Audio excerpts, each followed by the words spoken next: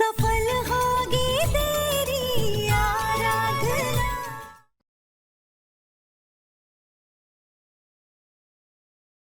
तुम अच्छी तरह से जानती हो कि माधव तुम्हें पहचानता है। अगर उसने तुम्हें देख लिया तो हम सब। अरे माधव सर ने मुझे नहीं देखा, मैंने उन पर नजर रखी हुई थी। और आप अपना बीपी क्यों बढ़ा रही हैं? जैसे ही वो बाहर आए मैं अंदर आ गई। और हाँ, आप किसी मुंबई की लड़की के बारे में बात कर रही थी, तो आप उस लड़की को लेके इतना परेशान क्यों हैं? तो मुंबई में तो लाखों लड़कियां हैं। वैसे भी आपने खुद ही कादम्बरी जी से बात की थी, वो सरोगेट कैंडिडेट का अबॉर्शन करने के लिए बोला था ना। खबरदार, जो मेरी दामिनी का नाम अपनी जबान पर लिया, दोबारा मुझे फोन करने की जुर्रत मत करना, वरना तुम्हारे साथ साथ तुम्हारे पूरे सिस्टम को मैं हिला दूंगा। बड़े मालिक ने आज इस पर इतना गुस्सा किया है, फिर भी ये मान नहीं रही है। फोन पर फोन किए जा रही है बार बार। क्या हुआ? मैम, ये कोई लेडी है, देखो ना, बार बार फोन पे फोन किए जा रही है सर को। देखिए सर, आपको ये जानना जरूरी है कि हमारी पहले वाली सरोगेट मदर जब लास्ट मिनट में भाग गई थी, उसी वक्त मैंने एक नई कैंडिडेट का अरेंजमेंट किया था, वो भी आपकी वाइफ की सहमति से। उसकी पहले से फिक्स टाइम पर सरोगेसी हो गई है और अब वो कैंडिडेट प्रेग्नेंट है। उसके पेट में आपका बच्चा है, आपकी दामिनी की आखिरी निशानी।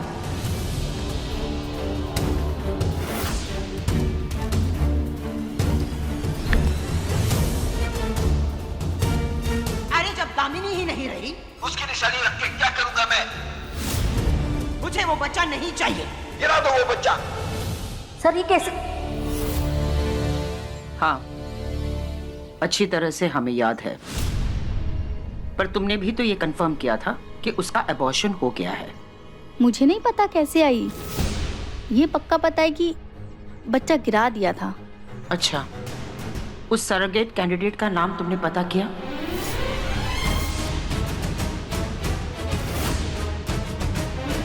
पता किया, उसका नाम पायल भोसले है।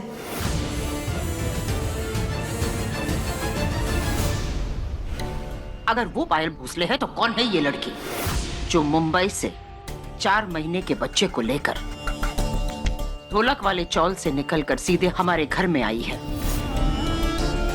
हमें आराधना पाटिल के बारे में और जानकारियां हासिल करनी होंगी। तुम जाओ, जाकर पता लगाओ। जाओ।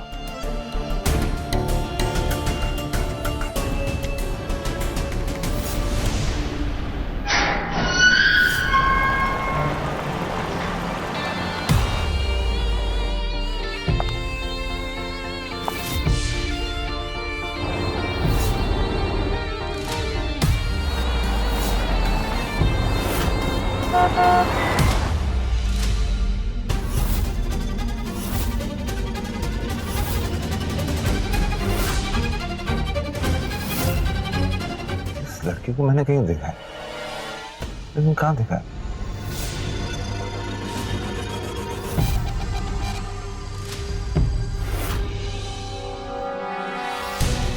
ये है भारद्वाज सर और ये है साधना। ये तो साधना है, लेकिन ये यहाँ क्या कर रही है? अरे सुनो, अरे सुनो।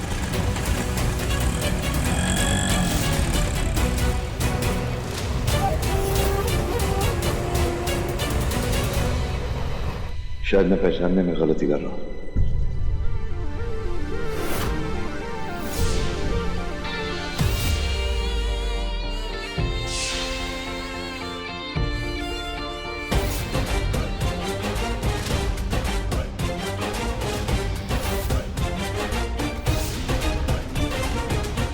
इतने दिनों बाद तुम्हें फॉर्मल में देखकर बहुत अच्छा लग रहा है माधव, पर हम तुमसे एक बात पूछना चाहते हैं। इस तरह अचानक बिना किसी को बताए तुम कहाँ चले गए थे? जो अचानक हुआ है वो आज से अक्सर हुआ करेगा। मैं ऑफिस गया था। जिस लड़की ने कल हमारे घर के एक फैमिली मेंबर पे इल्जाम लगाया था, उसे एक बात का दुख था कि जो हरकत, जो बदतमीजी उसके साथ हुई कहीं और नहीं बल्कि भारद्वाज मैंशन में हुई। जो कुछ भी घर पे हुआ वो बिजनेस में ना हो, इसलिए मैंने फैसला लिया है कि आज से मैं बिजनेस को सुपरवाइज करूंगा।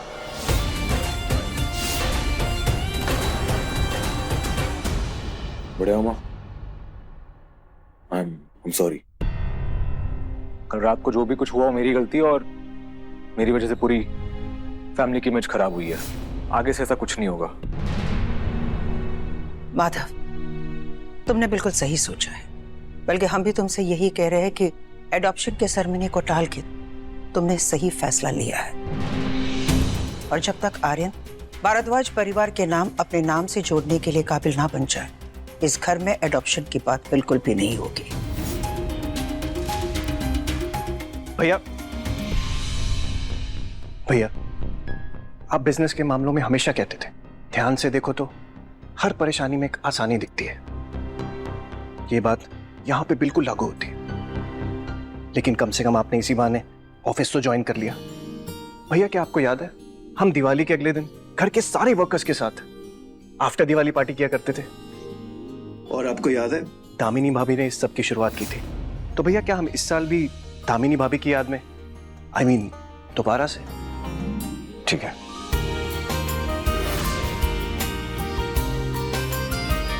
और हाँ, दामिनी की फोटोग्राफ जहां पे भी थी उसे वहां लगा दीजिए। हे भगवान, अब इस माधव ने ऑफिस जाना भी शुरू कर दिया। अगर ये नॉर्मल जिंदगी में वापस आए तो मेरी सारी मेहनत बर्बाद हो जाएगी। ये सब कुछ उस 2 टके की आराधना की वजह से हो रहा है। मालिक, आपने जो गाड़ी मंगवाई थी वो आ गई है। तो जिसके लिए मंगाई उसे दे दो।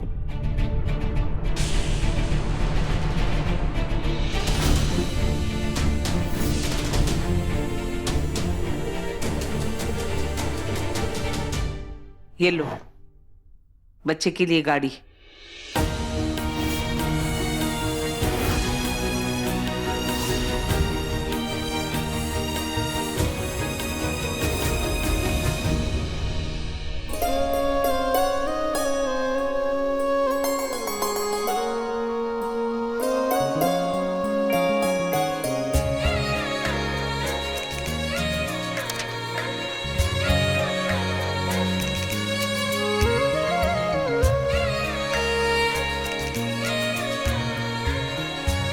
मुझे ना लगता है कि बच्चा माँ के पेट के अलावा उसके दिल में भी पलता है, और मुझे हमारा बच्चा मेरे दिल में महसूस हो रहा है।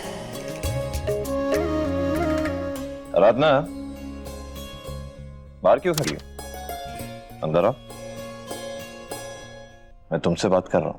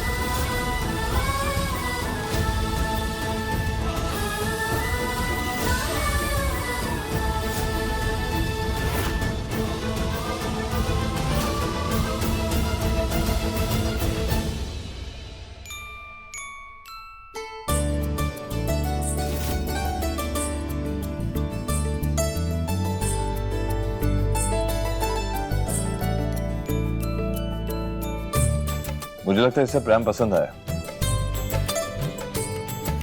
तुम एक काम करो, आज से तुम घर के अंदर का काम करना।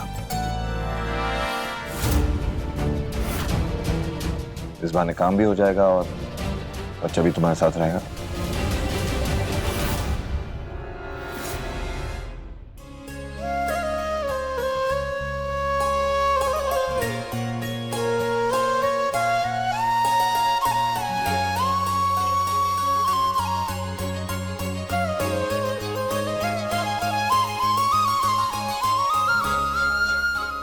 रिश्तेदारी की दुनिया में इन नज़दीकियों को क्या कहते हैं, ये तो मुझे थोड़ा थोड़ा समझ में आ रहा है, लेकिन इन सबको कैसे समझाऊं?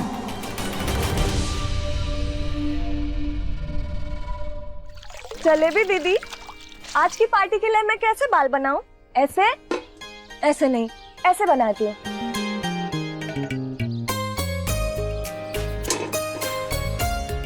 जलेबी दीदी तो बोलो ना, मुझ पर क्या अच्छा लगेगा? जैसे बनाने बना ले, जैसे भी बनाएगी ना तू वैसी दिखेगी, कुछ फर्क नहीं पड़ने वाला।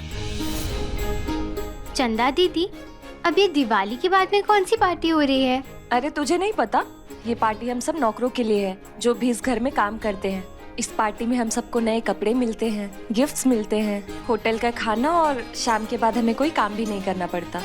तुझे सुनकर अजीब लग रहा होगा ना, पर इस घर में ऐसा होता है, और इसकी शुरुआत हमारी बड़ी मालकिन ने की थी। ये तो बहुत अच्छी बात है। आखिर नौकरों के लिए इतना कौन सोचता है?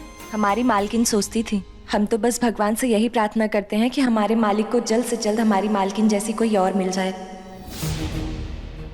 जो उन्हें खूब खुश रख सके। जितना दिमाग है ना उतना ही सोचा कर तू।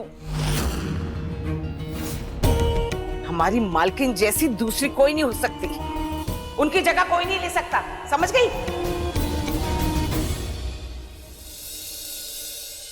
अरे छोटी मालकिन, आप यहाँ?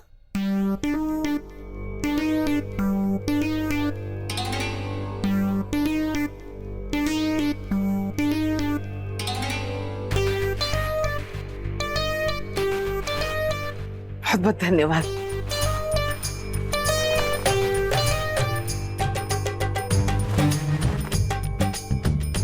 आराधना, ये तुम्हारे लिए है। तुम अच्छे से तैयार होकर जरूर आना, हाँ? ताकि तुम्हें भी बड़े भैया के हाथों से बाकियों की तरह तोहफा मिल सके।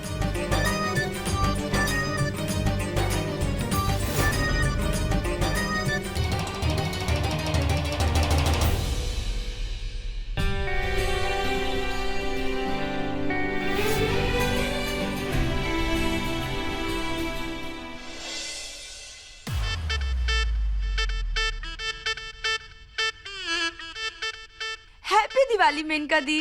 Simple. How are you? How are you? I am good. आप कैसे हो? एकदम अच्छी हूँ। कल तेरा दिवाली पार्टी में कितना इंतजार किया और तू आई नहीं। ओफो दी, एक तो आपने मुझे अचानक से कॉल कर दिया। तुम्हें कैसे आती भला? मैंने तुझे जिस काम के लिए बुलाया है ना, बस एक बार वो काम हो जाए। और वैसे भी कल तू तो नहीं आई, पर बड़े भैया एक लड़की को जरूर लेकर आए, वो भी बच्चे के साथ।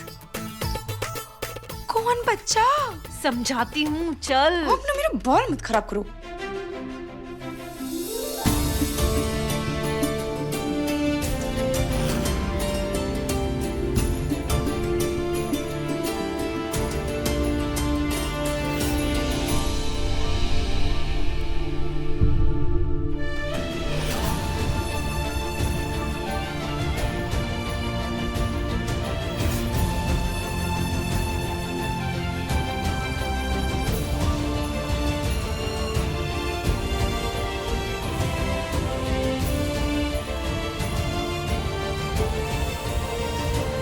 विनायक साहब जी और उनके सारे ही घर वाले कितने अच्छे हैं ना। और ये साड़ी भी कितनी सुंदर है। तू देख, अगर पापा चाहेंगे ना तो तेरे पापा भी साहब जी जितने ही अच्छे होंगे।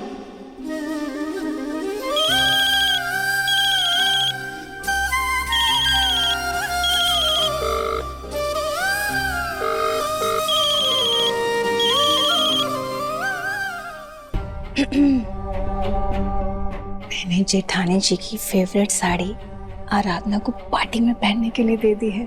सीरियसली। हाँ। अब देखना ये है कि बड़े भैया जेठानी जी की फेवरेट साड़ी में आराधना को देखकर अगर गुस्से से लाल पीले हुए तो इसका मतलब है कि उन दोनों के बीच में ऐसा वैसा कुछ नहीं। लेकिन अगर बड़े भैया आराधना को देखकर पागल नहीं हुए तो इसका मतलब ये है कि दोनों एक दूसरे के लिए पागल है। समझी कुछ? आइए भैया, सबको तोहफे डिस्ट्रीब्यूट कर दें।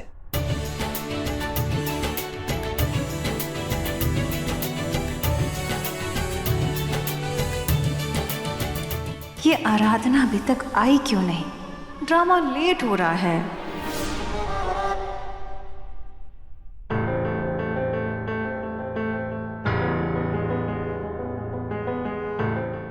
मुझे इतने सारे कॉल कौन कर रहा है?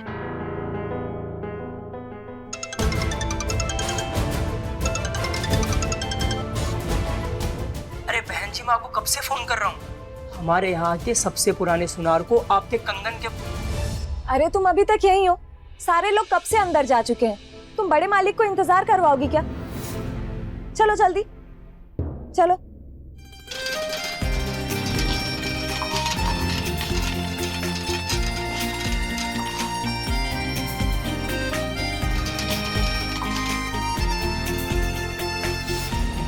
दामिनी की साड़ी।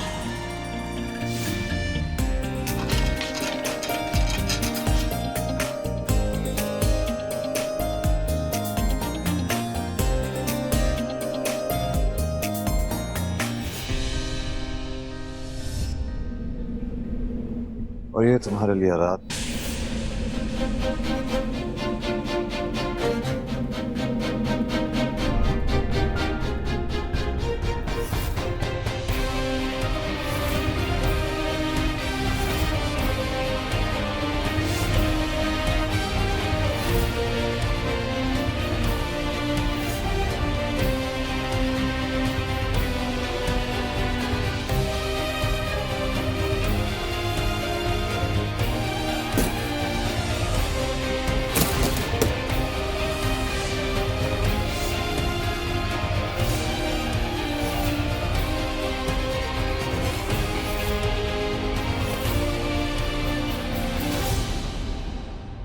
ये मेरी वाइफ की साड़ी है।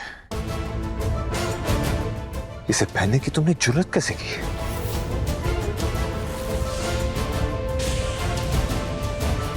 आज तक मेरे घर के मेंबर्स ने कभी मेरी वाइफ की चीजों को टच करने की जुर्रत नहीं की। और तुम उसकी साड़ी पहन रही हो? क्या सोच के पहना तुमने ये?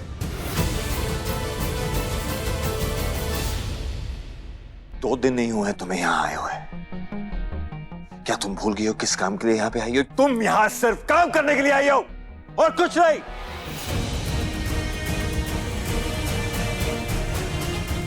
क्या सोच के तुमने ये सब किया? ये ड्रामा क्यों हो रहा है? मेरी वाइफ की साड़ी क्यों पहनी है तुमने? हाँ, क्या उसकी बराबरी करना चाहती थी तुम? तुम की जगह लेना चाहती थी, उसके जैसे दिखना चाहती थी, उसके जैसा महसूस करना चाहती थी, मुझे कुछ दिखाना चाहती थी। क्या करना चाहती थी तुम? मीठे मुंह 2 बातें कर लो तुम लोगों के साथ, अपनी जगह, अपनी पहचान भूल जाती हो तुम।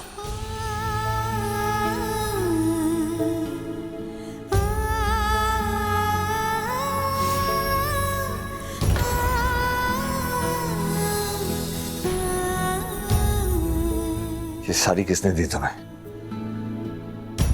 बोलो!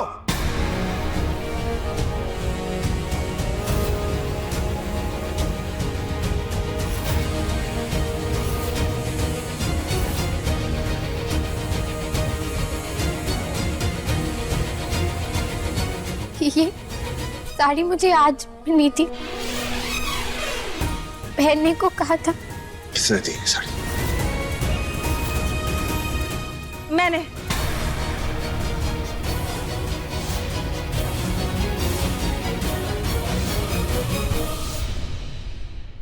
वो सॉरी बड़े भैया, मुझे लगता है सारे कपड़े मिक्स हो गए हैं। दरअसल जेठानी जी की सारी पुराने कपड़े ड्राई क्लीन होने के लिए दिए थे, तो सर्वेंट्स के साड़ियों के साथ मिक्स हो गए हैं। सॉरी।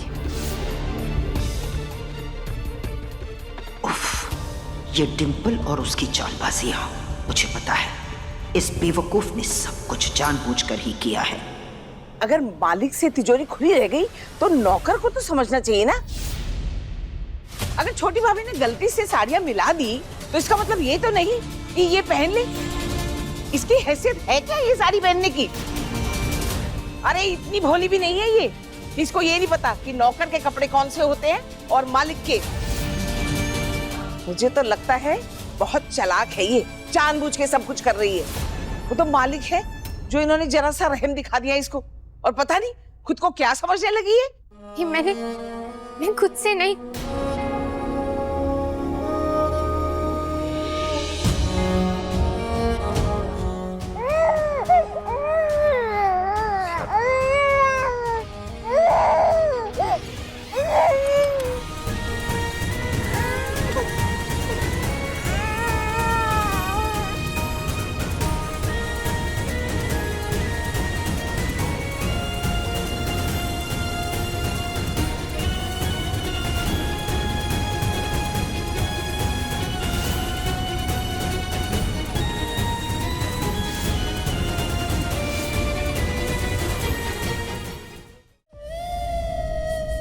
आराधना,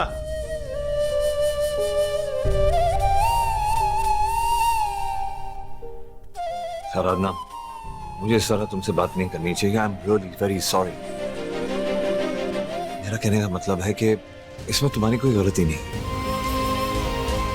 तुम्हें कोई दोष थोड़ी ना दे रहा है। दरअसल जो कुछ भी हुआ गलत फहमी की वजह से हुआ। देखिए, जो कुछ भी हुआ ना, जैसे मैंने तुमसे बात की वैसे मुझे बात नहीं करनी चाहिए थी। मेरी बीवी को गुजरे 1 साल के ऊपर हो चुका है, लेकिन ये बात मैं अभी तक एक्सेप्ट नहीं कर पाया। शायद कभी नहीं एक्सेप्ट कर पाऊंगा कि वो मेरे करीब नहीं है। जब भी मैं अपनी वाइफ की कोई भी चीज देख लेता हूं, उसकी साड़ी देख लेता हूं, कोई सामान देख लेता हूं, सब यादें वापस आ जाती हैं। पता नहीं मुझे क्या हो जाता है, मैं अपने होश खो बैठता हूं, गुस्से में आ जाता हूं। अब रो मत, I am really very sorry.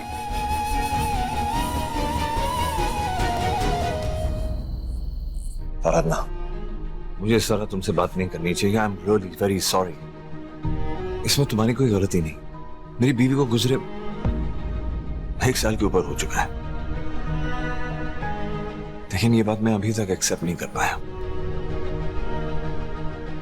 लेकिन देखो, अगर मेरी वाइफ होती ना, वो इस बात पे नाराज होती कि मैंने तुमसे इस तरह बात की। अब रो मत, I am really very sorry. Sorry, क्षमा। सॉरी का मतलब मुझे पता है। आई नो तुम अब ये कहोगी कि मुझे सॉरी का मतलब पता है। आरू, मेरा मतलब है आराधना, अगर तुम ऐसे रोती रहोगी तो मुझे और बुरा फील होगा। क्या करूं? तुम एक काम करो, ये लो, देखो, अपना गिफ्ट तो ले लो। नहीं, मुझे नहीं चाहिए। मैंने बस आपसे मदद मांगी थी कि आप मुझे अपनी पहचान के किसी भी जगह काम दिलवा दो। आपने तो मुझे अपने घर पे काम दिलवा दिया, उसके लिए आपका धन्यवाद। Thank you. लेकिन मुझे इसके अलावा आपसे और कुछ भी नहीं चाहिए। आप बस मुझे कुछ दिन और यहाँ रहने दीजिए। जैसे ही विनायक के पापा का पता लग जाएगा ना, तो मैं खुद यहाँ से चली जाऊंगी।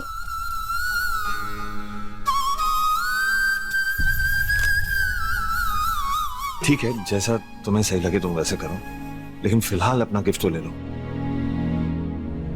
Please. I am really sorry.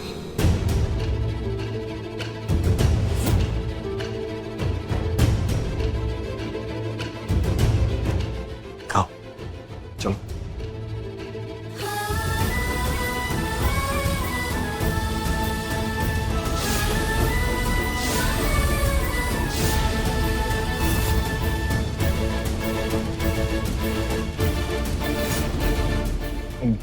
Gift मैं उठाती हूँ।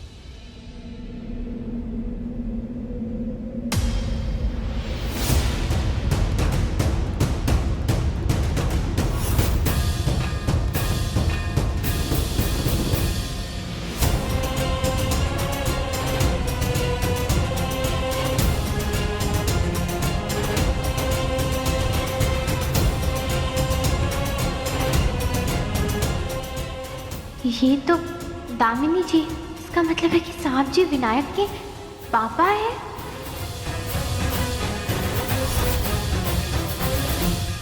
ये मेरी निशानी तुम्हारे पास रहेगी जब तक हम फिर मिलते हैं, और मेरा ये कंगन तुम्हारे पास रहेगा, मतलब मेरे बच्चे के पास रहेगा।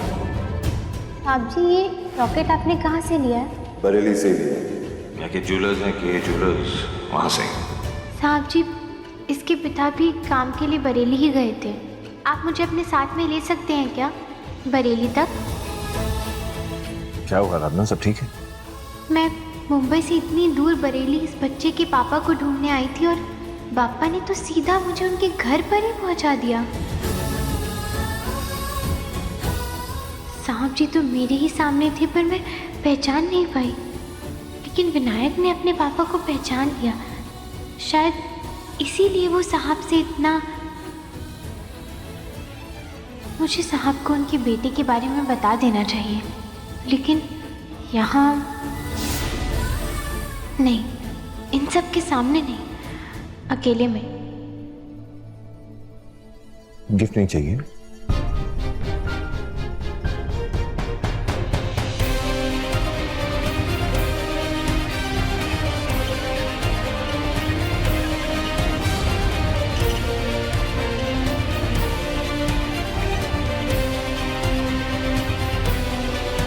मुझे लगता है कि मैं ना होती तो आप मुझे नहीं मिलती, और मैं विश्वास करती हूँ कि जो भी होता है ना किसी कारण से ही होता है। जब आपका बच्चा होगा तो ना आप उसका नाम मैं विनायक रखूंगी, विनायक रखूंगी, विनायक रखूंगी।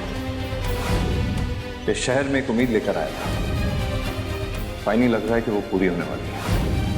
मेरा बच्चा ना सच में बहुत लकी है जो उसे तुम्हारी कोख में।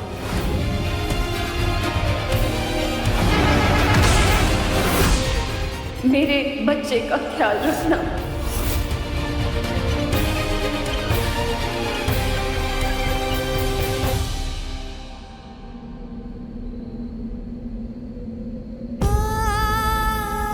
उनके हस्बैंड ने उस बच्चे को अपनाने से मना कर दिया है। उन्होंने कहा कि जब मेरी बीबी ही नहीं रही जिससे मैं इतना प्यार करता हूँ तो मैं बच्चे को रख के क्या करूँगा। क्या सच में साहब को ये बच्चा नहीं चाहिए?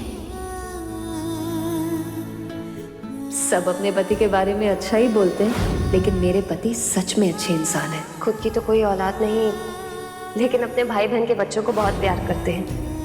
साहब जी ऐसा नहीं कह सकते, वो तो अनजाने में ही विनायक का इतना ख्याल रखते हैं। मैंने तेरे पापा को ढूंढ लिया है विनायक, लेकिन अब ये बाप बेटी के बीच में जो दूरी है ना, वो नहीं होनी चाहिए। चल मैं तुझे उनसे मिलाती हूँ।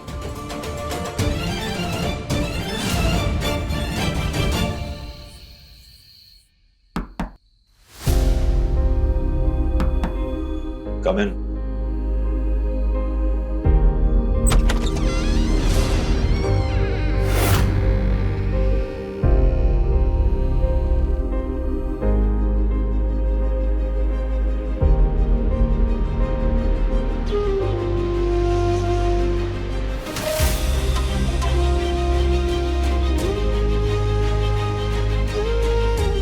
साहब जी, मुझे आपको कुछ बताना है। मुझे इस बच्चे के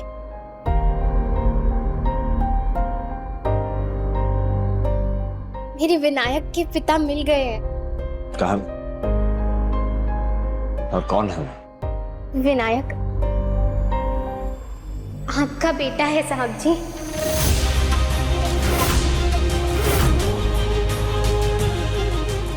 ये बात सच है साहब जी। विनायक आपका और दामिनी जी का बेटा है, और मैं ही वो सरोगेट माँ हूँ जिसने आपके बच्चे को अपनी कोख में रखा था, और ये सब दामिनी जी के कहने पर हुआ था। लेकिन दुर्भाग्य से इससे पहले कि वो आपको कुछ बता पाए, वो इस दुनिया से। विनायक आपका बेटा है, आपका और दामिनी जी का खून है ये।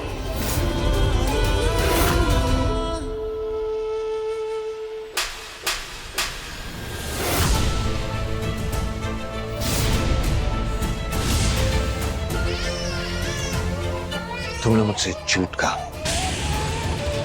अगर ये तुम्हारा सच है तो पहले तुम झूठी कहानियां बना रही थी। उस दिन तुमने कहा कि वो बच्चे का बाप चला गया, आज कह रही हो कि ये बच्चा मेरा है। मैंने तुमसे कहा था कि मुझे झूठ से सख्त नफरत है। क्या करने आई थी तुम यहाँ पर? यूपी क्यों आई थी तुम? इसके बाप को ढूंढने आई थी और मेरा सहारा लेकर बरेली तक आई तो मेरी छत के नीचे। मैंने तुम्हें सहारा दिया है। मैंने जब कोई तुम पे तरस नहीं खा रहा था, मैंने तुम पे तरस खाया और उसका अंजाम यह है। या तो तुम तब झूठ बोल रही थी या तो तुम अब झूठ बोल रही हो। है कोई तुम्हारे सच का सबूत तुम्हारे पास? लेकिन तुम यहाँ क्या कर रही हो? बच्चे का बाप कहाँ है? इस बच्चे के पिता हमें छोड़कर चले गए हैं। तुझे मालूम है कि मुझे झूठ से कितनी नफरत है। मुझे साहब जी को सारा सच बताना है, लेकिन ऐसे नहीं। मुझे सही वक्त और सही मौके का इंतजार करना होगा, जब वो इस सच और अपने बच्चे को स्वीकार करने के लिए तैयार होंगे।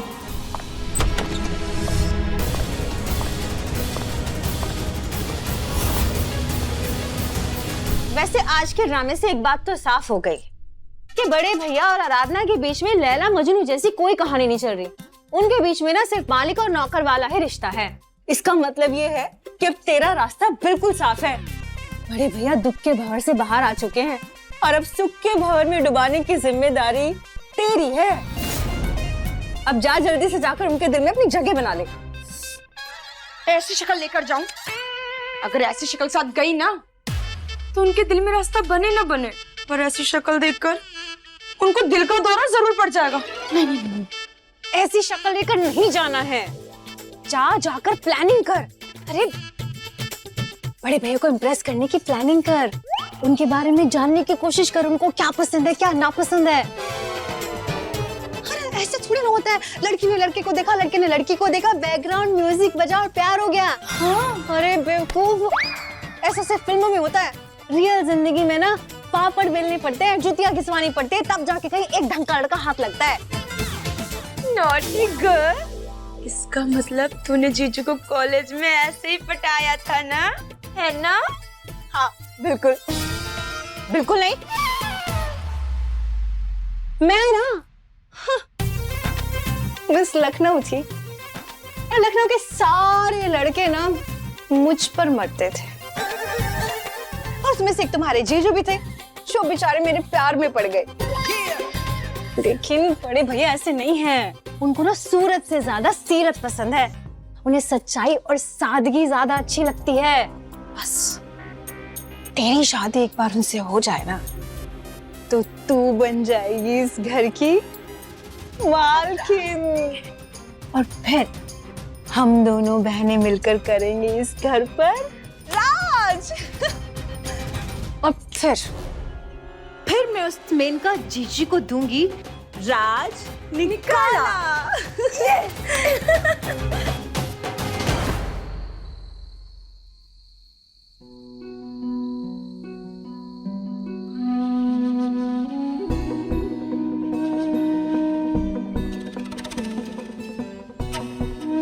आपका बेटा विनायक। दामिनी जी, भगवान ने आपकी प्रार्थना सुन ली थी, अब आप ही मुझे बताओ कि मुझे क्या करना चाहिए। मुझे नहीं पता था कि साहब जी आपके ही पति हैं और मैं उनसे इस हालत में यहाँ मिलूंगी। मैं उन्हें सब सच बताना चाहती हूँ दामिनी जी। मुझे उन्हें बताना है कि ये विनायक उनका ही बेटा है, लेकिन मुझे समझ नहीं आ रहा कि मुझे कैसे ये बात कहनी चाहिए। मैं क्या बोलूं उन्हें। दामिनी जी, मैंने पहले उनसे झूठ बोला है और आप तो जानती ही होंगी ना कि उन्हें झूठ से कितनी नफरत है। देखिए, वैसे तो वो एकदम ही शांत, धीर और गंभीर स्वभाव के लगते हैं, लेकिन गुस्से में ना एकदम ही ज्वालामुखी जैसे हैं वो, बिल्कुल अमिताभ बच्चन जैसे। इसीलिए मैं घबरा रही थी दामिनी जी। दामिनी जी,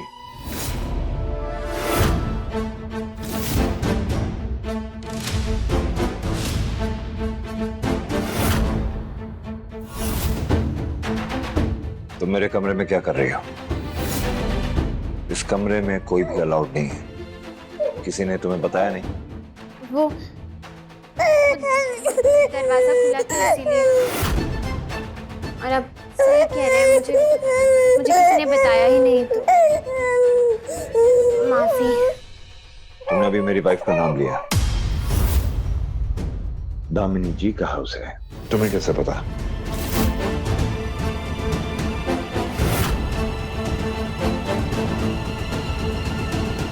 वैसे भी तुम नहीं हो तो,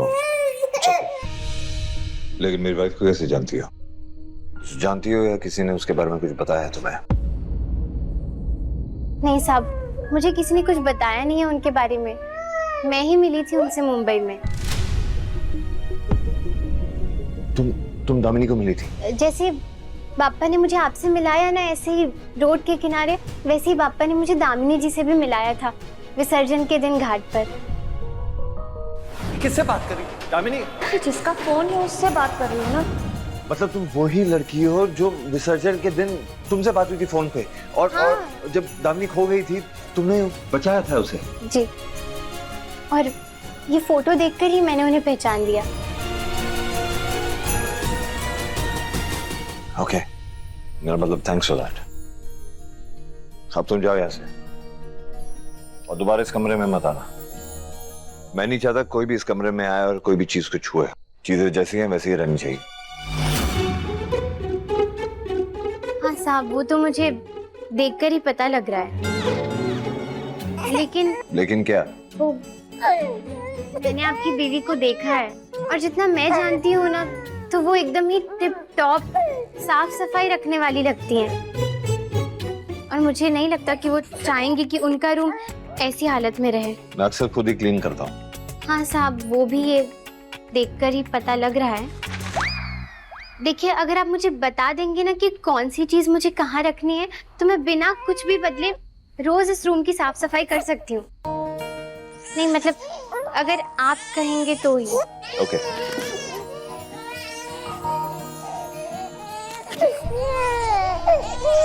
शांत हो जा। क्या हो गया? तू रो क्यों रहा है? सांप बच्चे को रोते हुए नहीं देख सकते। बस एक बार सांप बच्चा गोद में ले ले तो मेरी बात बिना भर के समझ पाएंगे कि यही उनका बेटा है। साहब, वो ये ना मुझसे शांत नहीं हो पा रहा है, थोड़ी मदद कर दो। वो भी नजर आ रहा है। सॉरी, थोड़ी आप मदद कर देंगे तो।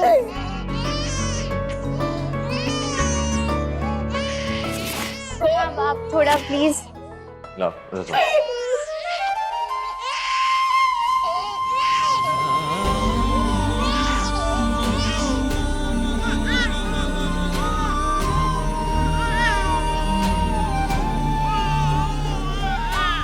साहब, वो दामिनी जी को ना बच्चा चाहिए था।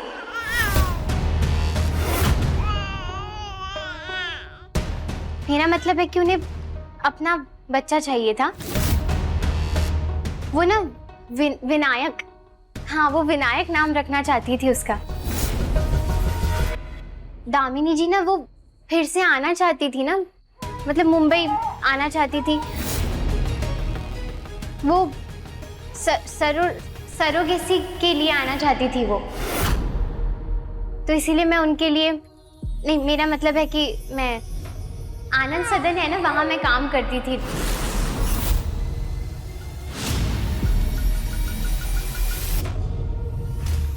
वो कादम्बरी जी,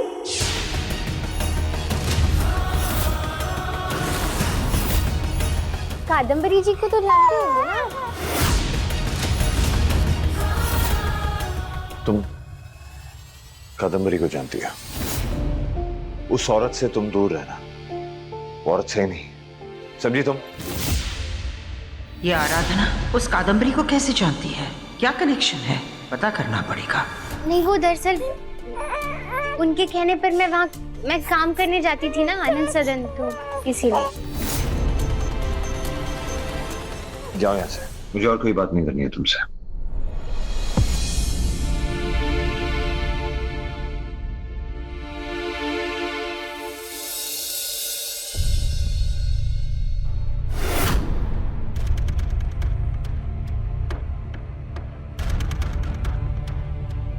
जलेबी दीदी, जलेबी बनाने दीदी को कहा था ना तुम्हें? जलेबी दीदी, कितना जलेबी बनाओ? दीदी मेरी बात खा के पेट नहीं भर रहा है क्या तुम लोगों का? मेरी बात तो सुनो। क्यों चिल्ला रही है? बता क्या बात है? बड़े मालिक के कमरे में जाने की इजाजत तो किसी को नहीं है ना? कोई नई बात है? मुझे भी नहीं है, साफ सफाई करने की इजाजत भी नहीं है। गलत जलेबी दीदी, गलत। आप नहीं जा सकती, पर वो तो गई थी। क्या मतलब कि वो? हाँ हाँ वही, लगता है आधे घंटे से अंदर थी। और तो और बड़े मालिक के डांटने की आवाज भी नहीं आई अंदर से, अभी निकली है बतिया के। ऐसे ही चलता रहा तो मुझे उसे आराधना दीदी कहना पड़ जाएगा। दीदी सिर्फ मैं, जलेबी दीदी। जी मैडम जी। तुमने मुझसे कहा था ना कि उस सरोगेट कैंडिडेट का नाम पायल भोसले है, आराधना नहीं।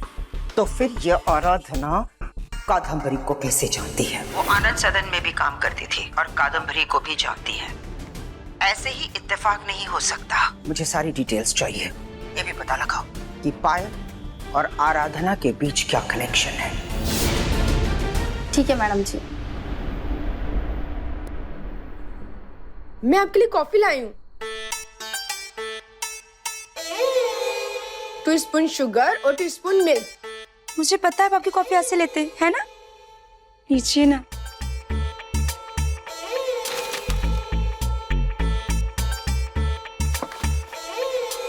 थैंक्स। वैसे तुम बहुत टाइम बाद यहाँ आई हो, अच्छा लगा। अच्छी तो मैं हूँ, आप बताइए कैसी लगी? क्या? कॉफी। अच्छी है। और कैसे हैं आप? I'm good. पहले तो तुम कॉलेज में थी, अब जॉब कर रही हो या कुछ और? मैं अभी भी कॉलेज में ही हूँ। वो क्या है ना कि मैं 2 सब्जेक्ट में फेल हो गई, उसके बाद मैंने फैशन डिजाइनिंग में एडमिशन ले लिया। कैसी लगी? सॉरी। मेरी साड़ी कैसी लग रही है? It's good. Don't you think you're a little too young for this? मतलब ऐसी साड़ी मेनका दीदी को सूट करती है, वो पहनती है। तुम्हें तो मतलब कुछ और पहनना चाहिए। I know, यंग तो मैं हूँ। Thank you so much.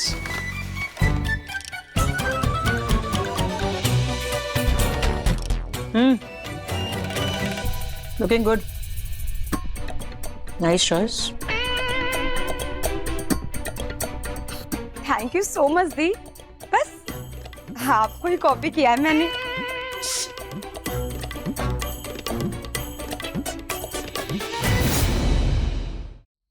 Madam जी, मुझे तो लगता है कि डिम्पल भाभी ने अपनी बहन को इसलिए यहाँ बुलाया है ताकि वो सांप को ले जा सके। सपने तो कोई भी देख सकता है, वो महारानी भी और नौकरानी भी।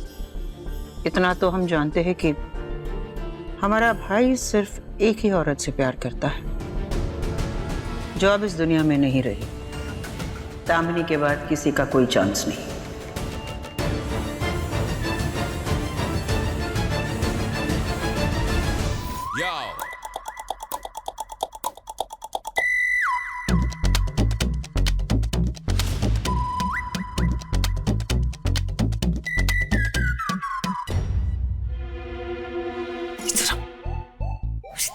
अक्ल है कि नहीं?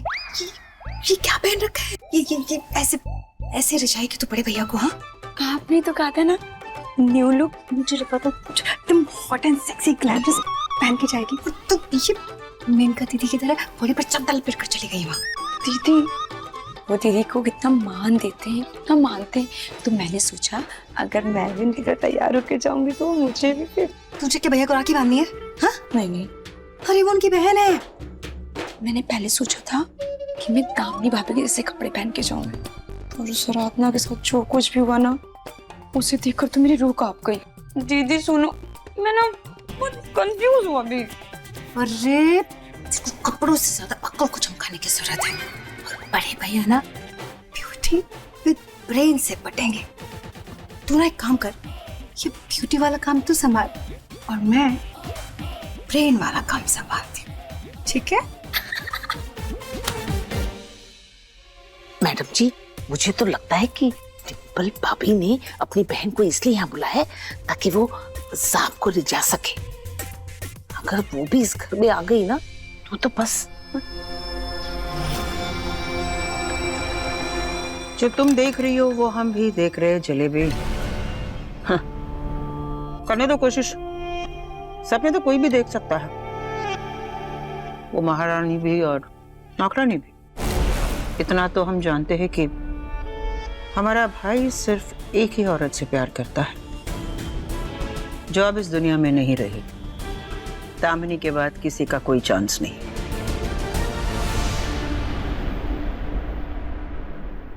एक्चुअली क्या है मिस्टर मल्होत्रा, मैंने कुछ ट्रस्टी से बात की है and they look into it. File मेरे पास आ गई है। Let me see what I can do for you. या ऑलराइट। मुश्किल से साहब से कहने की हिम्मत जुटाई थी, लेकिन कह ही नहीं पाई। कैसे कहूँ, कुछ समझ में ही नहीं है। अरे टाइम हो गया है, विनायक को कुछ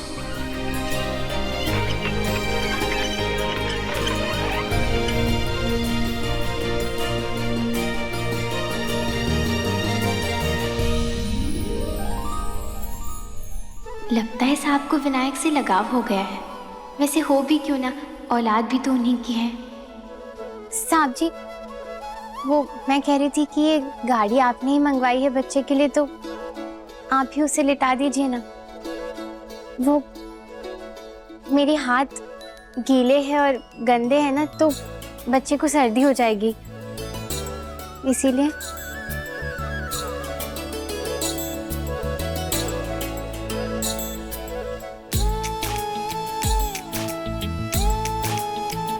साहब जी, वो एक बात पूछनी थी आपसे। चले हटो, पूछो। मैं पूछ रही थी कि अगर आपका खुद का बच्चा होता तो आप उसका भी ऐसे ही ध्यान रखते ना।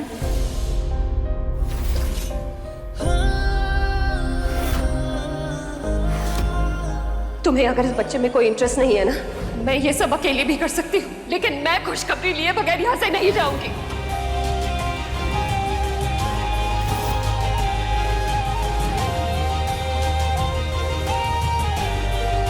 एक बात बताओ, किस काम के लिए तुम्हें यहाँ पे रखा है? काम करने के लिए रखा है ना, तो फिलहाल काम करो। मेरी पर्सनल लाइफ के बारे में तुम्हें जानने का या बात करने का कोई हक नहीं है। I hope I am clear.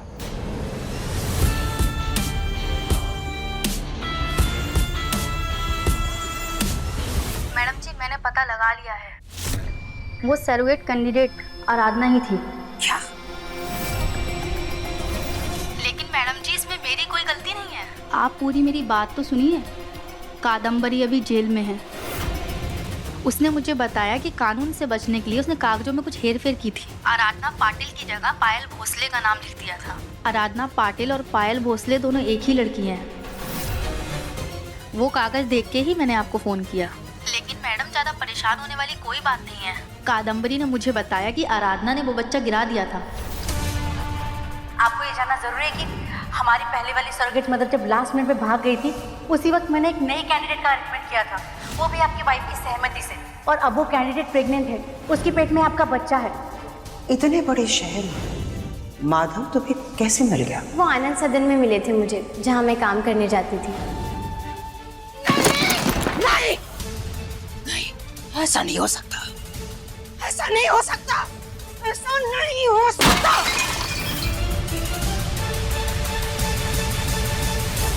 एक मिनट, अगर आराधना ने उस बच्चे को गिरा दिया था तो फिर ये बच्चा आया कहां से?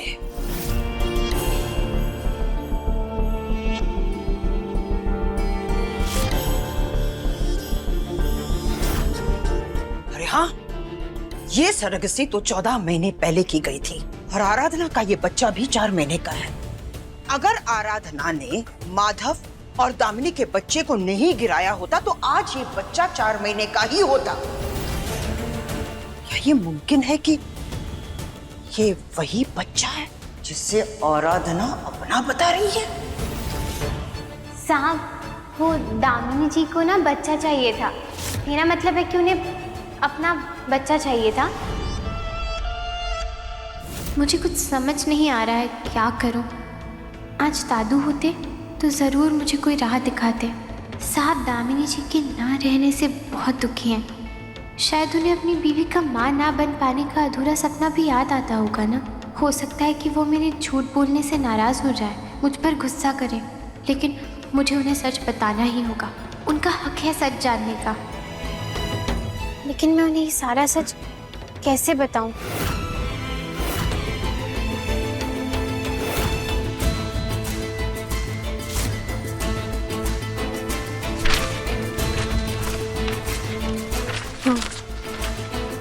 मैं ये चिट्ठी लिखकर उन्हें अपनी सारी बातें बता सकती हूँ।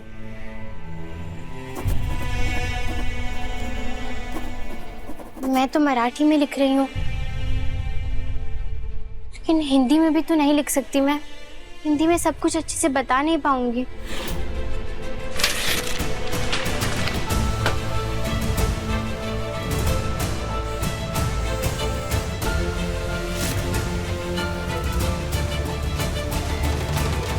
हाँ, मैं अपनी सारी बातें रिकॉर्ड करके भी तो भेज सकती हूँ ना। काकी भी मुझे ऐसे ही भेजा करती थी।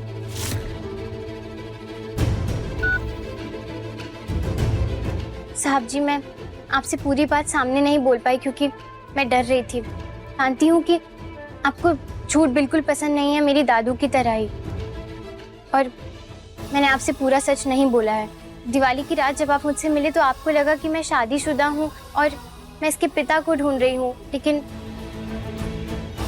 मैं इसकी असली माँ नहीं हूँ। मैं बस इसकी सरोगेट मदर बनी हूँ।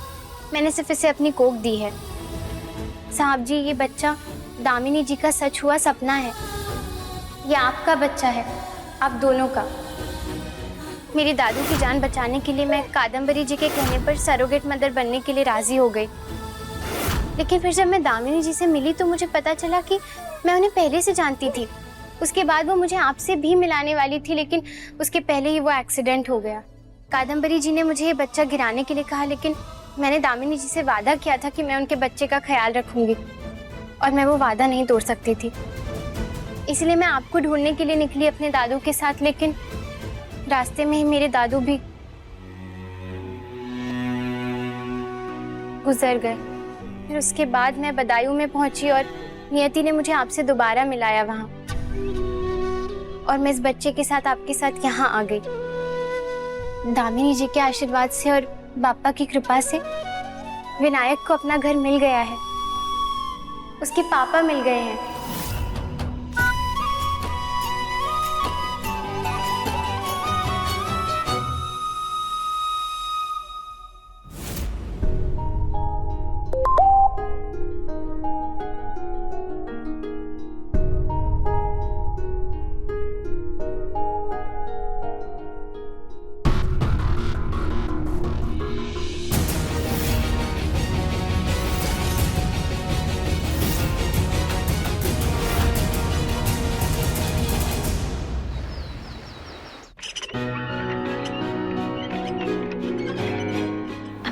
साहब ने मेरा भेजा हुआ मैसेज सुन लिया होगा।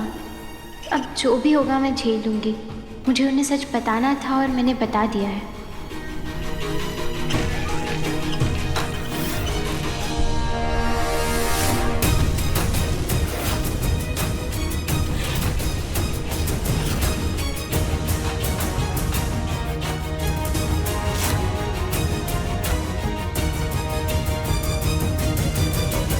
साहब, आपने मेरा मैसेज सुन लिया?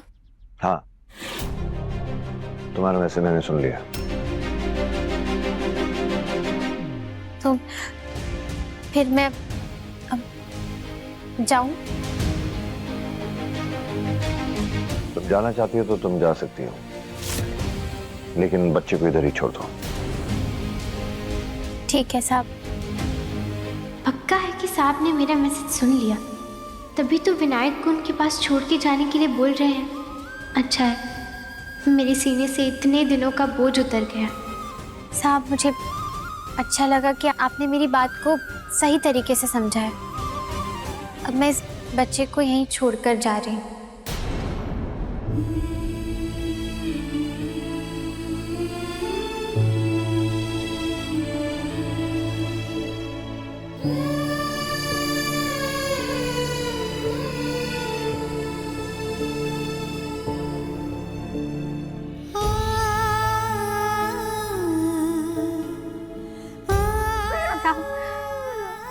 आपने इस बच्चे की बहुत देखभाल कीजिएगा। आपको तो मुझसे भी अच्छे से सब कुछ आता है, मुझे बताने की जरूरत नहीं है, लेकिन इसे ना गाय का पतला दूध बहुत पसंद है और दाल का पानी भी। और वो जो बच्चों का बाहर वाला पाउडर आता है ना, वो आप इसे बिल्कुल मत दीजिएगा, वो देखते ही मुंह बना लेता है। ये बोल कुछ नहीं पाता है, लेकिन कोई इससे बात करता है ना तो इसे बहुत अच्छा लगता है। इसे आप इससे बात करते रहिएगा।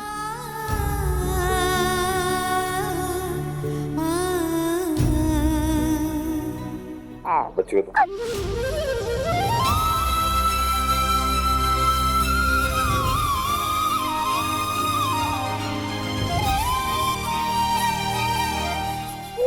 मैं जाती हूँ साहब।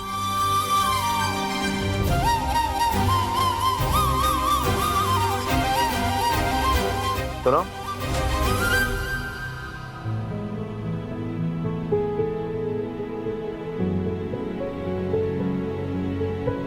मुझे लग रहा है तुम बहुत परेशान लग रही हो। जो परेशान इंसान होता है ना, वो अपनी परेशानी बताता है, ऐसी हरकतें नहीं करता। अगर परेशान हो तो यहाँ रुक जाओ, बच्चे के पास। अरे सामान ही लाना है ना, तो बच्चे के पास रहो, किसी और को भेज दूंगा मैं। ये साहब किस सामान के बारे में बात कर रहे हैं? साहब मुझे कुछ समझ नहीं आ रहा है, आप क्या बोल रहे हैं? इसमें समझने की क्या बात है? तुम बच्चे की दवाई और सामान लेके आना चाहती थी ना बाजार से, इसलिए बाहर जाना चाहती हो ना। देखो, मैं अच्छी तरह समझता हूँ आराधना कि कल जब मैंने तुम्हें डांटा तो तुम मुझसे इजाजत लेने की कोशिश कर रही हो। मैंने ही कहा था ना कि तुम बच्चे से ज्यादा दूर मत रहना। इट्स ओके, अगर घर में रहना है बच्चे के पास तो रहो। जलेबी को कह दो, वो तुम्हारा काम कर दे। ये बाहर जाने के लिए तो मैंने कल इजाजत मांगी थी, तो वो साहब को आज किसने बताया?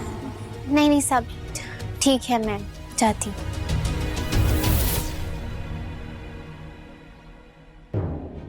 जलेबी, मेरा भेजा हुआ मैसेज साहब ने कैसे नहीं सुना? पता नहीं इन्हें मेरा मैसेज मिला भी या नहीं, लेकिन ऐसा कैसे हो सकता है? मैंने तो सही से भेजा था। पता नहीं, अगर साहब ने मैसेज नहीं सुना तो वो गया कहाँ?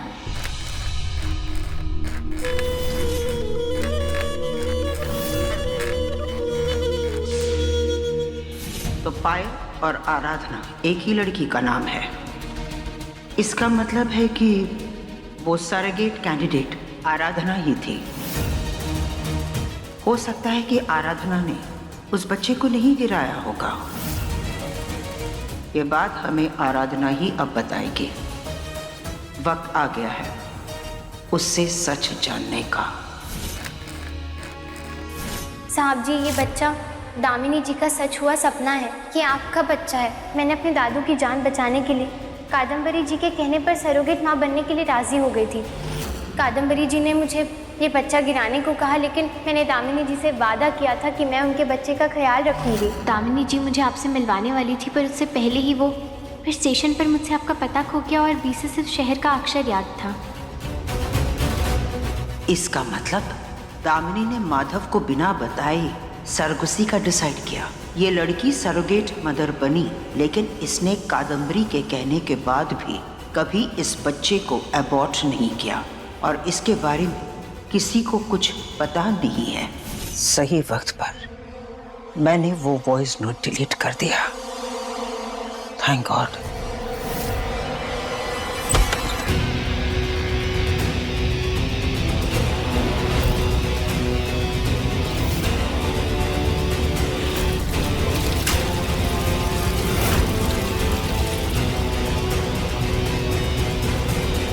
दामिनी का बर्थडे?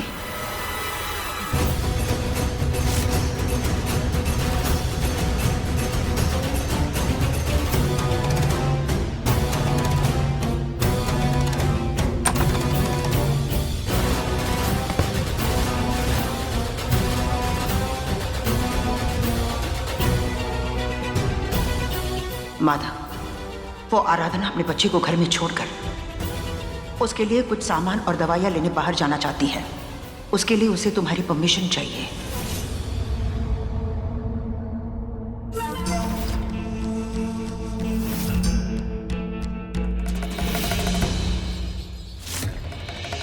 चलो, आज तो हमने ये बला टाल दी है, लेकिन ये आराधना माधव को ये जरूर बताने की कोशिश करेगी कि माधव और दामिनी का बच्चा उसके पास है।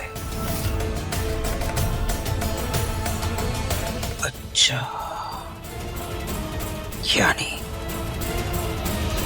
इस विरासत का वारिस।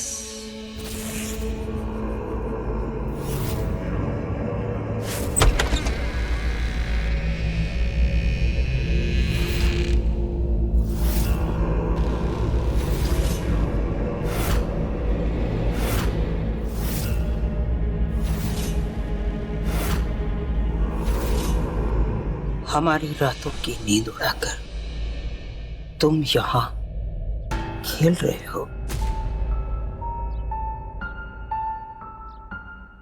और तुम दामिनी ऊपर से हमें देखकर हंस रही हो। तुम्हारा ये बेटा हमारे पास है, तुम जीत गई और हम हार गए। लगता है इस लड़ाई में भगवान भी तुम्हारे साथ है। हमारे लाख कोशिशों के बावजूद भी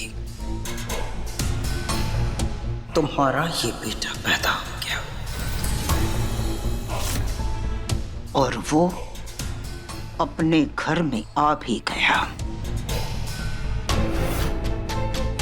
जैसे भगवान कृष्ण कंस के न चाहने पर भी पैदा हुए और एक दिन राज करने मथुरा आ गए, वैसे ही तुम्हारा ये बेटा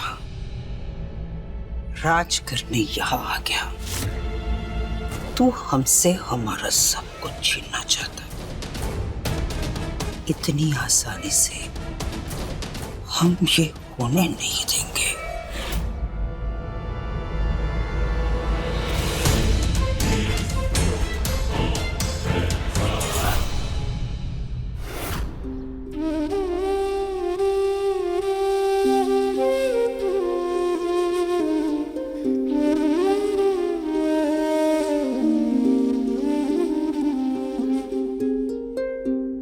ए लड़की,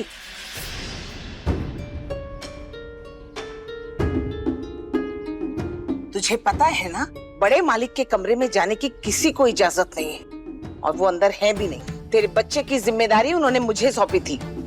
सर्वेंट क्वार्टर में सो रहा है, जाके ले ले। धन्यवाद जलेबी जी। धन्यवाद की बच्ची। विनायक,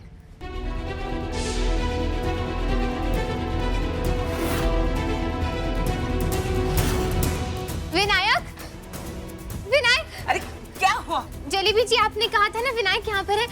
कहाँ है वो? ये अरे कोई नौकर ले गया होगा खेलने उसके साथ। ऐसे कैसे कोई ले गया होगा मेरे बच्चे को? विनायक। ला ला ला ला, रू रू रू रू, ला ला ला ला। आज ये 4 महीने का बच्चा हमारे रास्ते की सबसे बड़ी रुकावट है। इसके साथ हमें क्या करना चाहिए?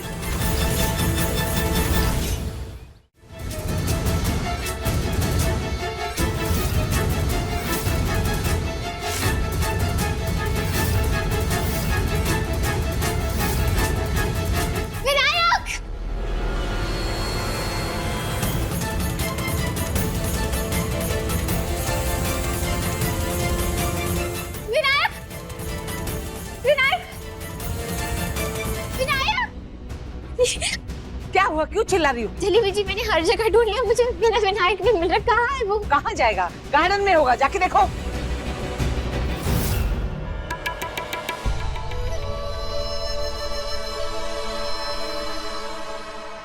दीदी, कल को जब मेरा बच्चा होगा ना, तो आप भी उसे ऐसे ही खिलाइएगा जैसे मैं आपकी शिवानी को खिला रही हूँ। बुआ तो बच्चे की दूसरी माँ होती है ना।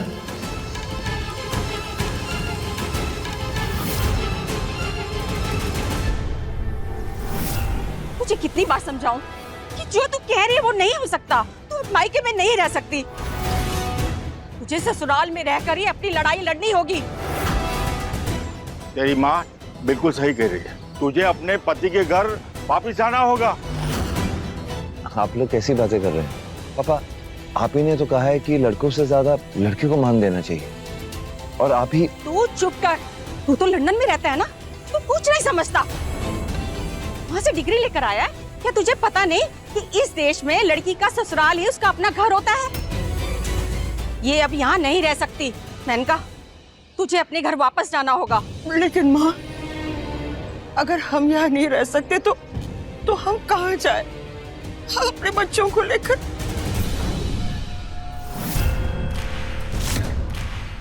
नहीं, हम हमारी जिंदगी में वो दिन कभी नहीं आने देंगे कि अपने अधिकार के लिए हमें लोगों के सामने भीख मांगना पड़े। ठीक है, इस खेल में भगवान दामिनी के साथ है, लेकिन हम भी एक माँ है, और एक माँ अपने बच्चे का भविष्य सुरक्षित करने के लिए किसी भी हद तक जा सकती है। अपने बेटे को माधव का वारिस बनाने के लिए हमने जिंदगी भर मेहनत की, इतनी आसानी से हम उसे बर्बाद नहीं होने देंगे।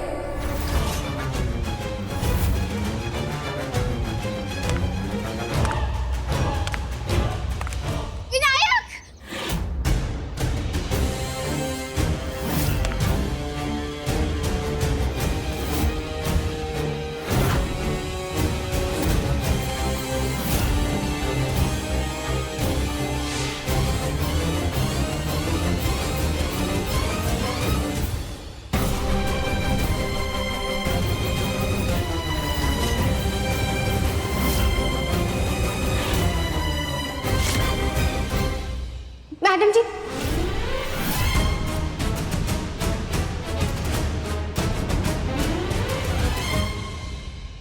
मैडम जी, ये आप मेरे बच्चे के साथ क्या कर रही हैं? हम क्या कर रहे थे? कुछ भी तो नहीं कर रहे थे, बल्कि हम इस बच्चे को निहार रहे थे, देख रहे कि आखिर इस बच्चे में ऐसा है क्या कि हमारे भाई को इससे इतना लगाव हो गया है। मानना पड़ेगा इस बच्चे को, तुम्हारा ये बच्चा चांद का टुकड़ा है। ट्रैम में अकेले लेटा हुआ था, इसलिए इसकी हिफाजत के लिए हम इसे यहाँ ले आए। अब यहाँ संभालो अपने लल्ला को।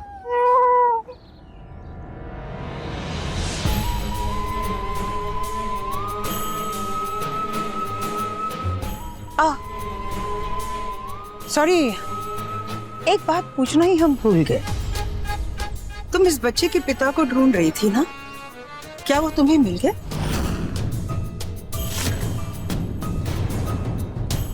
इस घर में होने वाली हर छोटी मोटी हलचल की जानकारी होती है हमें।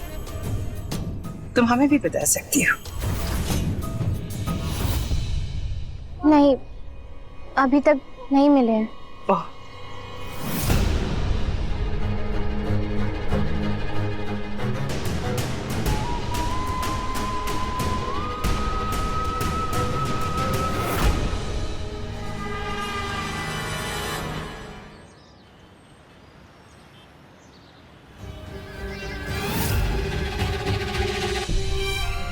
क्या करूं मैं? इसको टीका नहीं लगेगा तो कैसे होगा?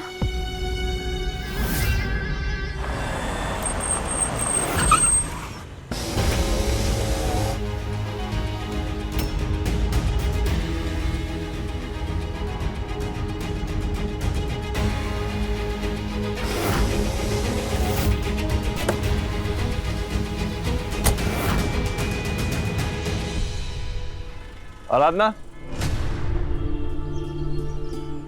इतनी धूप में बच्चे के साथ यहाँ पे क्या कर रही हो? आप यहाँ? हाँ, लेकिन तुम यहाँ क्या कर रही हो? वो मैं अपने बच्चे को टीका लगवाने आई थी यहाँ पर, लेकिन इस अस्पताल में तो डॉक्टर बिना प्रमाण पत्र के टीका नहीं लगाने देंगे, तो मेरे पास इस समय कोई पेपर्स भी नहीं है, इसलिए मैं वो फोन पर किसी डॉक्टर का पता ढूंढ रही थी। ये सारे काम के लिए तो जलेबी है ना, उससे बात कर सकती थी, वो सब संभाल लेती है। कोई बात नहीं, तुम चलो, मैं डॉक्टर से गुजारिश करता हूँ कि वो टीका लगवा।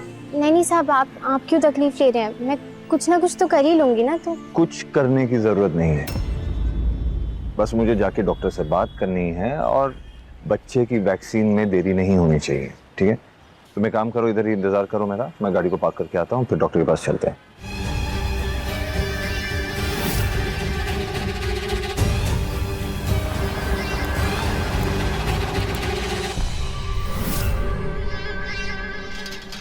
साहब जी, आज आपने मेरे साथ आकर मेरी बहुत बड़ी मुश्किल आसान कर दी है। जिस डॉक्टर ने टीका लगवाने के लिए मना किया था, सिर्फ आपकी वजह से आज अपने हाथों से टीका लगाया। लेकिन ऐसे कैसे हो सकता है कि तुम्हारे पास कोई भी आइडेंटिटी प्रूफ नहीं हो? बच्चे का बर्थ सर्टिफिकेट नहीं है तुम्हारे पास। आज के जमाने में इंसान अपनी शक्ल से नहीं बल्कि सरकारी पेपर से जाना जाता है।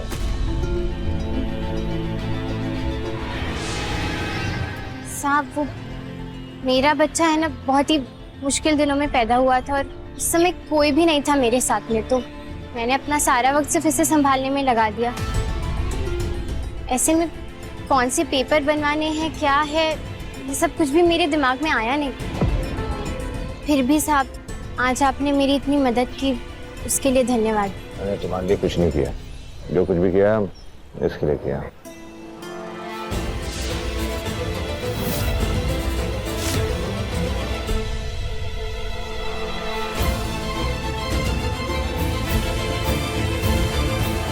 जब तुझे मालूम है मुझे झूठ से कितनी नफरत है।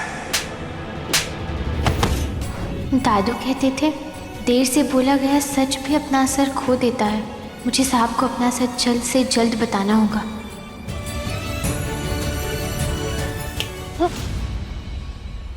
ये बीच बीच में कहाँ खो जाती हो तुम? अब चलें? चलो। नहीं साहब, वो कुछ बच्चों ने शायद आपके कंधे पर। मेरे कंधे पर क्या? वो थोड़ा ऊपर, वहाँ नहीं, थोड़ा पीछे। ऊपर नीचे आगे पीछे, मतलब एक जगह बताओ ना यार, क्या है? मैं साफ कर देती हूँ।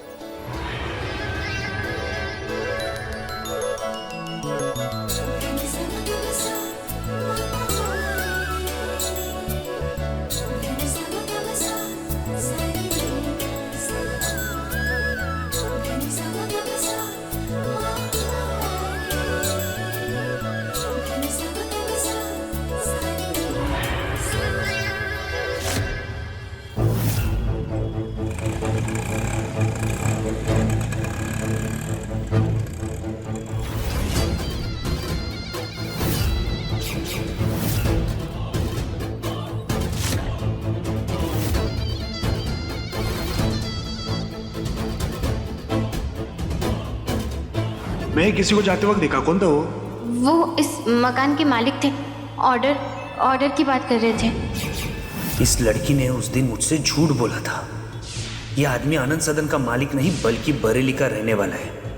बहुत याराना लग रहा है दोनों। दादू के ऑपरेशन के लिए पैसों का इंतजाम करना ही था ना, तो बस मैंने कर दिया। वही पूछा, कहाँ से आया पैसा? आप कौन होते हैं इस बारे में पूछने वाले?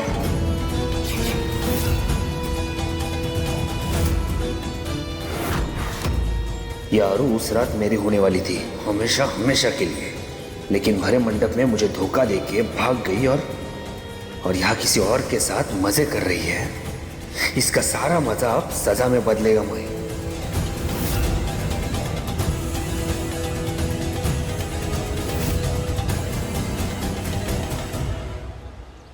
विनायक, ये देख।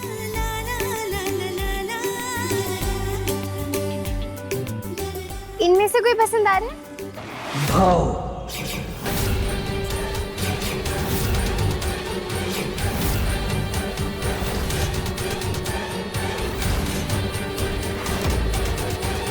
मैंने तेरे को खरीद लिया तेरे काका से।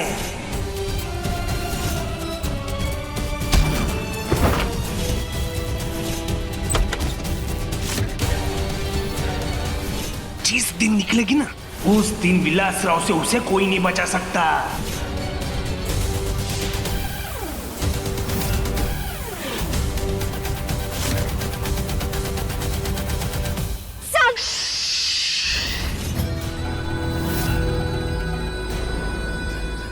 पकड़ लिया। तेरे को क्या लगा मैं तेरे को पकड़ नहीं पाएगा? विलासराव नाम है मेरा। रेती में से भी सुई है ना, ढूंढ के निकालता है।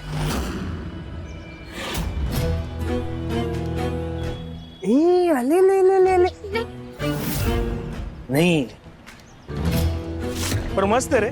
तूने एकदम ऐसा छोटा परिवार, सुखी परिवार बना के रखा है इधर।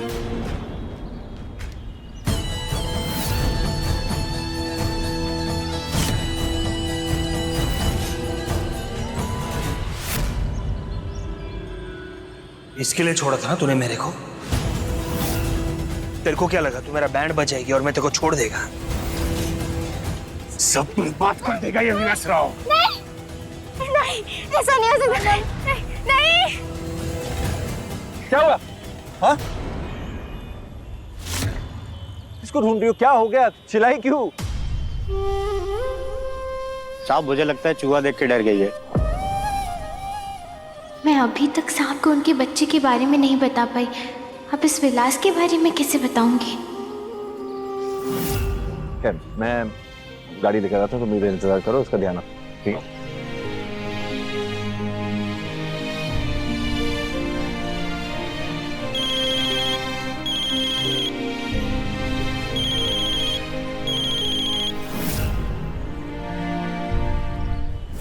आ गए मैं। तेरे छोटे और सुखी परिवार को ग्रहण लगाने के लिए आ गए मैं। उस खजूर के लिए छोड़ा ना तूने मेरे को, अब देख तेरे को क्या क्या छोड़ना पड़ेगा। और जो इंसान तेरे लिए मेरे अलावा जरूरी लगता है ना, सबको मार डालेगा ये विलासराव। और हाँ, वो तेरा यार है ना, उसके गाड़ी का ब्रेक फेल कर दिया मैं।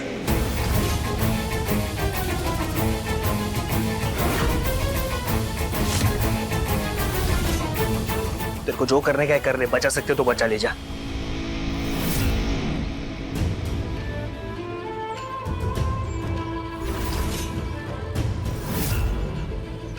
साहब को तो पता भी नहीं होगा कि इस राक्षस ने उनकी गाड़ी के ब्रेक फेल कर दी।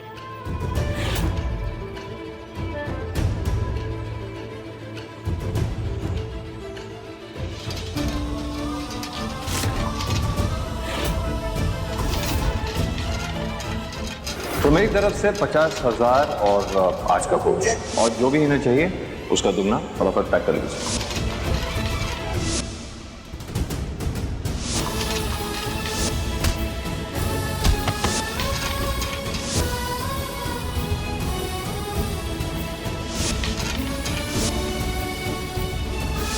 मैं ये अच्छी तरह जानता हूं कि तुम एक ईमानदार, नेक, सच्ची बात करने वाली लड़की हो।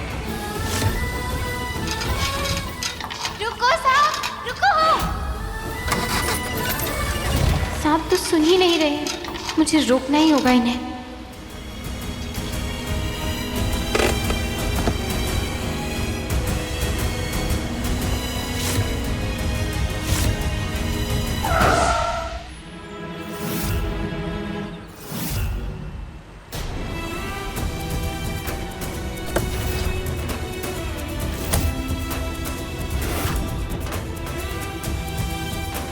तुम्हारा दिमाग खराब है।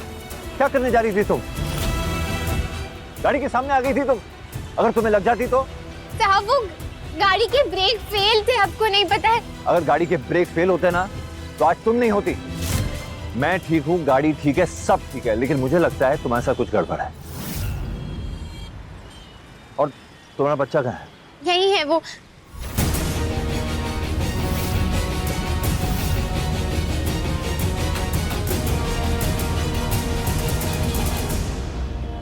मेरा बच्चा गाड़ी में तो था, कहाँ है वो? इधर उधर क्या ढूंढ रही हो? कहाँ है तुम्हारा बच्चा? विनायक यही तो ऐसे घबराने की जरूरत नहीं, वो ठीक ही होगा। एक काम करते हैं, तुम मेरे साथ चलो।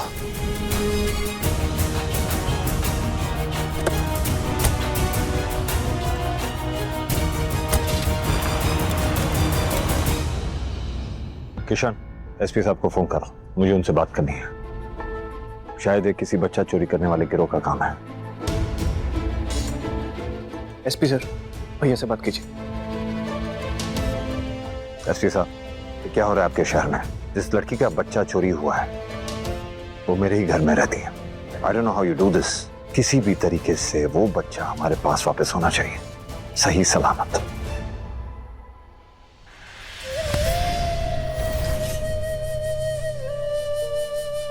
मेरा विनायक कहाँ है?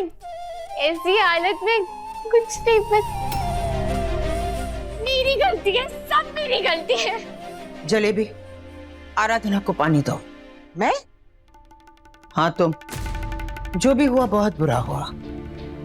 हम समझ सकते हैं क्योंकि हम भी एक माँ हैं। अपने बच्चे के साथ बुरा होने के बाद एक माँ के दिल पर क्या गुजरती है ये हम अच्छी तरह से जानते हैं। ये लो, पानी पियो, सब ठीक हो जाएगा। इस शहर के बड़े बड़े लोग हमारे भाई को जानते हैं। तुम्हें तुम्हारा बच्चा मिल जाएगा। दामिनी जी, मुझे माफ कर दीजिए। मैं आपके बच्चे का ध्यान नहीं रख पाई। मैं एक अच्छी माँ नहीं बन पाई। कहीं इसके बच्चे को तो उस विलासराव ने तो नहीं उठाया? अगर आज माधव ने आराधना का भेजा हुआ वॉइस नोट सुन लेता तो हमारी जिंदगी भर की मेहनत मिट्टी में मिल जाती। आज तो हमने रोक दिया, लेकिन बार बार हम ऐसा नहीं कर पाएंगे। उस लड़की का कुछ पता लगा है तुमने? जी मैडम जी, पता किया। आराधना ढोलक वाला चौल की रहने वाली है। उसने अपने दादू की जान बचाने के लिए सैरोगेसी की थी कादम्बरी के कहने पर, और यहाँ का एक लोकल गुंडा विलास राव उसके पीछे पड़ा है, जिसकी वजह से वो यहाँ से भाग गई। विलासराव से उसका क्या पंगा है? मैडम जी, उन दोनों की शादी होने वाली थी और शादी की रात आराधना अपने दादू के साथ भाग गई। विलास ने उसे स्टेशन पर रोकने की कोशिश की, लेकिन पुलिस ने उसे पकड़ लिया। विलास को लगता है कि आराधना ने उसे धोखा दिया है, तब से वो उसे पागलों की तरह ढूंढ रहा है। एक काम करो, हमें विलासराव का नंबर चाहिए, ढूंढ कर दे दो मुझे। पिछले साल भर से जिस लड़की को तुम ढूंढ रहे हो वो यहाँ है, बरेली में। अरु, बरेली में? ये कौन बोलता है? कौन बोल रहा है? तमाम खाओ, पेट गिरने से क्या फायदा। और अगर ये जानकारी तुम्हारे किसी काम की है तो क्या हम आगे बात करें?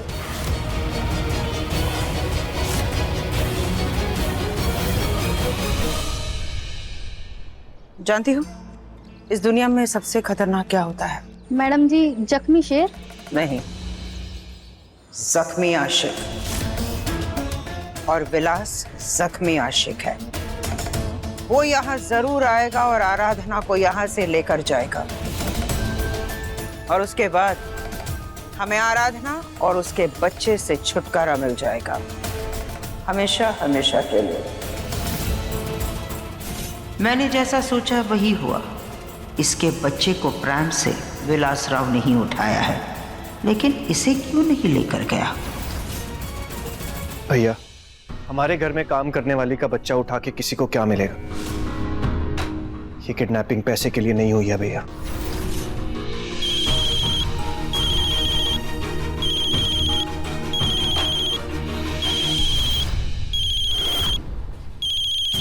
ये तो वही नंबर है जो मार्केट में आया था। कहीं ये विलास का तो नहीं है? कोई अननोन नंबर है भैया। एक काम करो, फोन को स्पीकर पे डालो।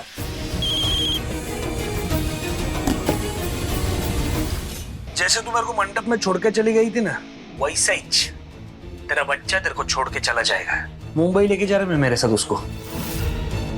तो उसे कहीं मत लेकर जाओ।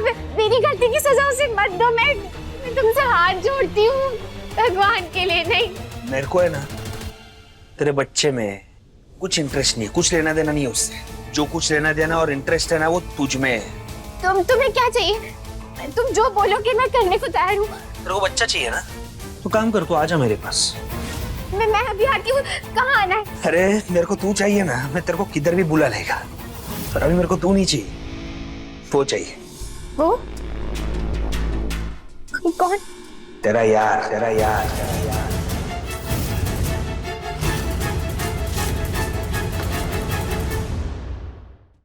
लो भाई, ये तो यारों की यार निकली। इसका तो यार भी है। दीदी इसका पति होगा, इसके बच्चे का बाप। अरे पति होता तो बाप बोलता ना, यार थोड़ी। अरे तू जिसके साथ मार्केट में घूम रही थी ना, वो, उसको बोलने का मेरे को आके मिले। तू नहीं आई क्या साथ में? तेरा यार अकेला आएगा।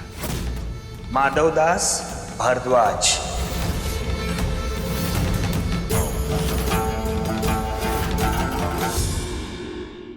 मेरे को भी देखने का है रे, ऐसा किसके लिए तू मेरे को छोड़ के चली गई? औकात तोलेगा मैं उसका। इधर टाउन एरिया के पीछे वाले गोडाउन में बैठा है मैं। भेज उसको, फटाफट भेज, समझी क्या?